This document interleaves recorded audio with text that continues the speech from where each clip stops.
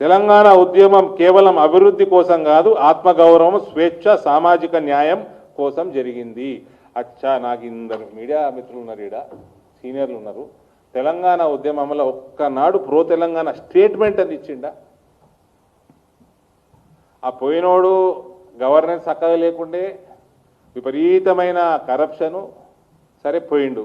కనీసం ఒక ఉద్యమ చరిత్ర ఉంది ఆయనకి, కేసీఆర్. ఈయన ఒక్కరోజు ప్రో తెలంగాణ స్టేట్మెంట్ ఇచ్చిండా? సపరేట్ స్టేట్మెంట్ అని ఇచ్చిండా? వాళ్ళకి సిగ్గుండాల, పార్టీ వాళ్ళకి. సోనియా గాంధీని తిట్టినోడిని తీసుకొచ్చి ముఖ్యమంత్రిని చేశారు. బలిదేవత. అలాగే లీడర్లు లేనట్టు, చదువుకున్న లేనట్టు. బిఏ చదివినా అంటాడు, బిఏ చదివి పోయి హార్వర్డ్లో చేసినా అన్నాడు. 11వ తరగతిలో చెప్తారు క్రాప్ డైవర్సిఫికేషను.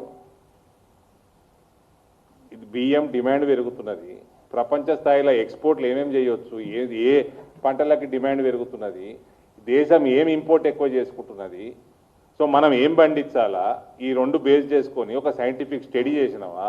పెట్టు, రిపోర్ట్ పెట్టు. మహిళా అభ్యున్నతి ఏంది చెప్పు, రిపోర్ట్ పెట్టు. ఇప్పటిదాకా ఏమేమి హోంవర్క్ చేసినావో పెట్టు. బీడీ కార్మికులకు బీడీలు మొత్తం తగ్గిపోతా ఉన్నది రోజు రోజుకి. వాళ్ళకి ఆల్టర్నేట్ ఉపాధికి ఏం ప్లానింగ్ చేసినావు చెప్పు. ఆ స్పీచ్ ఓడో రాసిస్తాడో అవలగాడు, వీడొచ్చి చదువుతాడు. మళ్ళీ అది 10 ఎండగొడుతుందట.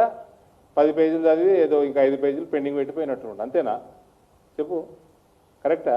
ఎండగొడుతుందట. రూరల్ అగ్రికల్చర్ రీజనల్ ఎకానమీ అభివృద్ధికి ప్రత్యేక కార్యాచరణ. ఏం కార్యాచరణ ప్లానింగ్ చేసినావు పెట్టు. ఇప్పటిదాకా నువ్వు ఏం కార్యాచరణ, ఎంత ప్లానింగ్ చేసినావు? 2.5 సంవత్సరాలు దాటింది తమరు ముఖ్యమంత్రి అయి. నువ్వు ఇప్పటివరకు చేసిన నువ్వైతే ఇప్పటివరకు ఇంప్లిమెంట్ చేసిందేం లేదు. ఏం హోంవర్క్ చేసినావు ముందరకు పెట్టు, రిలీజ్ చేయి. ఎటు దిక్కు పోతుంది డైరెక్షన్, ఈ డైరెక్షన్లో పోతున్నామని కనీసం దాని గురించి మాట్లాడు.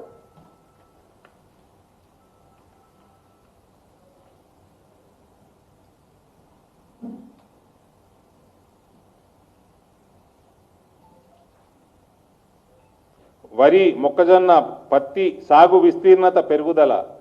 విస్తీర్ణత పెంచుకొని ఏం లాభం రా నాయన? నువ్వు ప్రొక్యూర్మెంట్ చేస్తలేవు, మక్కకి రేట్ వస్తలేదు.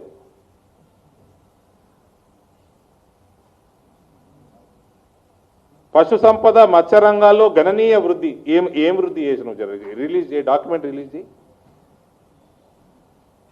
తెలంగాణను సకల పంటల క్షేత్రంగా తీర్చిదిద్దాలని పిలుపు. ఒక్క కొత్త పంట తీసుకొచ్చిండా అండి?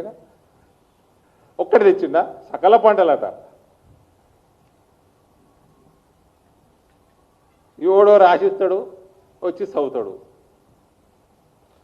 రైతులు అప్పు భారం తగ్గించేందుకు ₹2 లక్షల వరకు రుణమాఫీ. సరే, ఎందరికో చేసిండు. సరే, 20%, 25% చేసిండు, పార్ట్లీ చేసిండు. 75% పంగనామాలు పెట్టిండు, అది వేరే విషయం.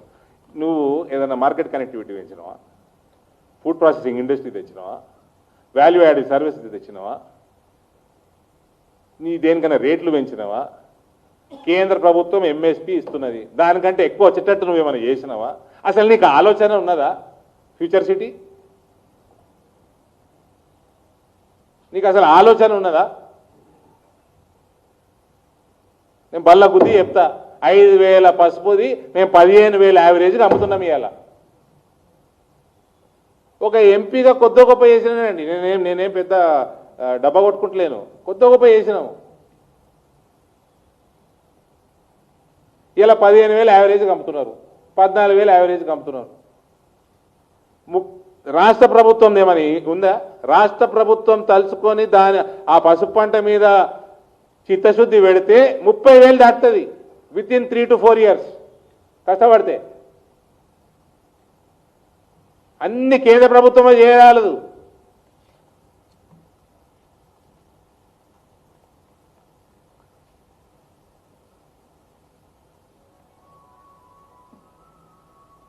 ఉచిత విద్యుత్ కొనసాగింపు. కొత్త విద్యుత్ ఏమైనా క్రియేట్ చేద్దామా? అది లేదు, లొట్టపీసు.